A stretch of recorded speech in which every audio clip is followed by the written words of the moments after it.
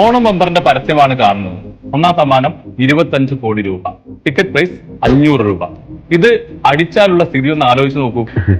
നമുക്ക് നല്ല ഒരു വീട് കെട്ടണം, ഒരു കാറ് വാങ്ങണം, ഒരു ഫ്രിഡ്ജ്, AC, VCR, TV, നമുക്കത് സുഖിക്കണം. 25 കോടി രൂപയ്ക്ക് താഴെ എഴുതിയത് കണ്ടോ? എടുത്താലേ അടിക്കൂ. ഇതൊരു മുന്നറിയിപ്പാണ്.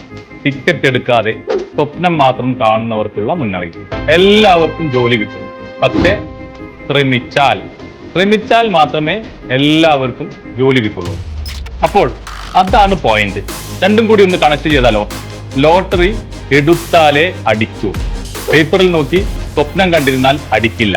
ജോലി ശ്രമിച്ചാലേ കിട്ടൂ. പഠിച്ച സർട്ടിഫിക്കറ്റും കയ്യിൽ പിടിച്ചിരുന്നാൽ ആരും ജോലി നിങ്ങൾക്ക് എത്തിച്ചു തരില്ല. പക്ഷേ നിങ്ങൾ എല്ലാവരും ജോലി കിട്ടാൻ വേണ്ടി ശ്രമിക്കുന്നുണ്ട്.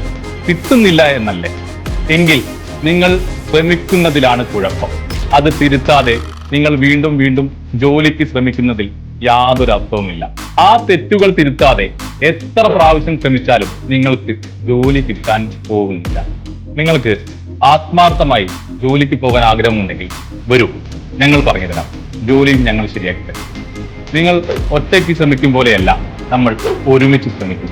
സ്വപ്നം കാണാൻ ആർക്കും പറ്റും, പക്ഷേ അതിനുവേണ്ടി മെനക്കെടാൻ തയ്യാറാവുന്നവർക്ക് മാത്രമേ ആ സ്വപ്നത്തിന് അരികിലെങ്കിലും എത്താൻ കഴിയൂ.